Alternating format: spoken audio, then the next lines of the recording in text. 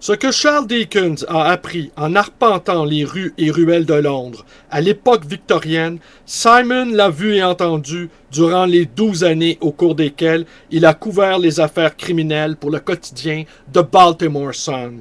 Il a relaté son expérience dans un livre qui a inspiré la série Homicide, puis la mini-série The Corner. Ensuite, avec Ed Burns, un ancien flic devenu prof, il a créé The Wire.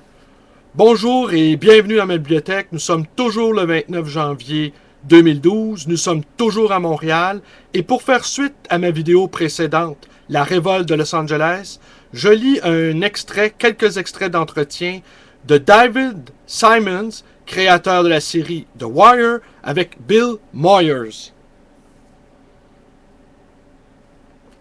J'ai été frappé par quelque chose que vous dites.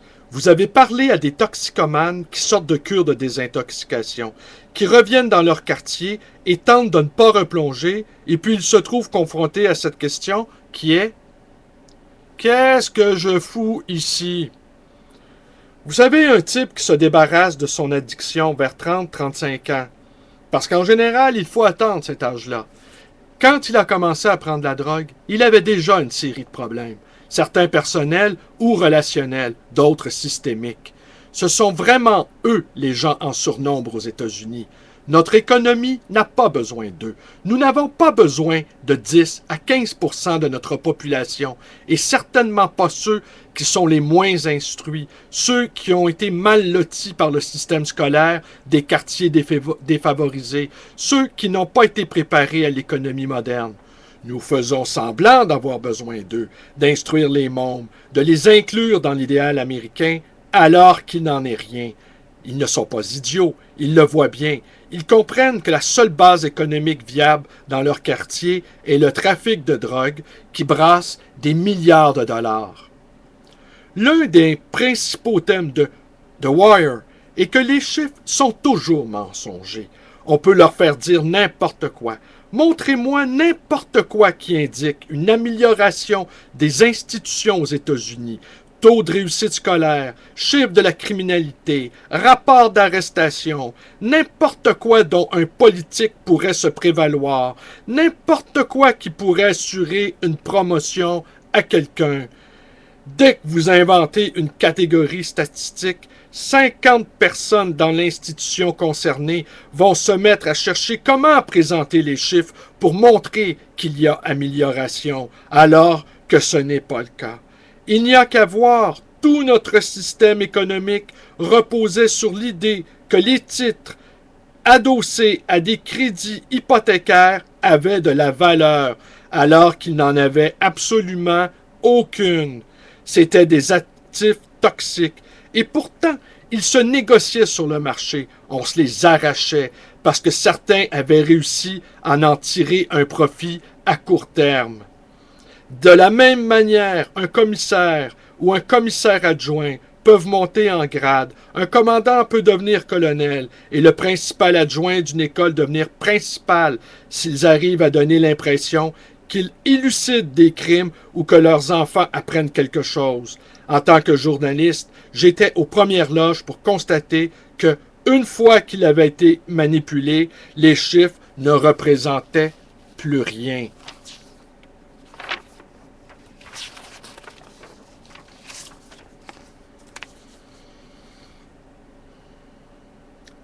Cela nous obligerait à nous poser beaucoup de questions dérangeantes.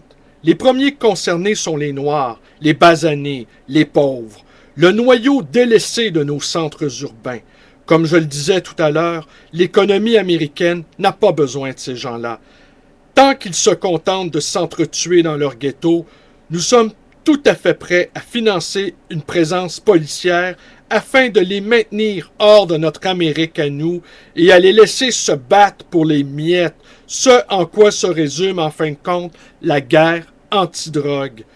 Comme notre culture est essentiellement axée sur le marché, c'est tout ce que nous connaissons et c'est ce qui nous a mené droit à ce triste dénouement. Je crois que nous n'en avons pas fini d'en souper avec cette logique de marché. C'est-à-dire, si l'on n'a pas besoin d'eux, pourquoi faire un effort? Pourquoi évaluer sérieusement ce que l'on fait pour les citoyens les plus pauvres et les plus vulnérables? Il n'y a rien à gagner à faire quoi que ce soit d'autre que de les marginaliser et de les mettre au rebut. Pourquoi, selon vous, tolérons-nous de tels écarts entre riches et pauvres? Vous savez, c'est quelque chose qui me fascine, parce que bien des gens qui adhèrent à cette politique du laisser-faire sont ceux qui font les frais. C'est comme dans un casino. Vous regardez le type gagner, le type qui a tiré le bras de la machine, et tout à coup, la machine se met à sonner, et toutes les pièces se mettent à tomber. Vous vous dites, ça pourrait être moi, je vais jouer au même jeu que lui.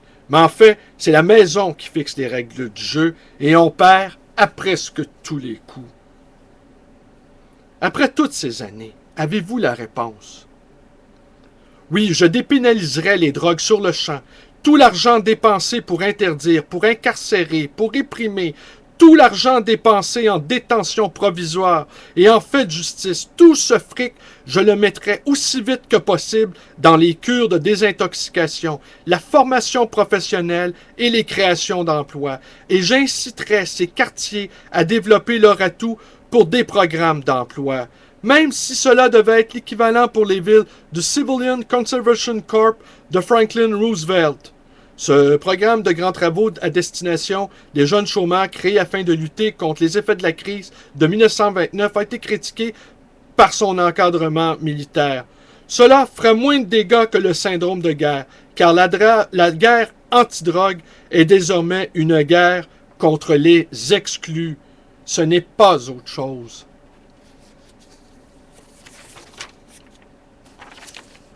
Êtes-vous cynique à l'égard...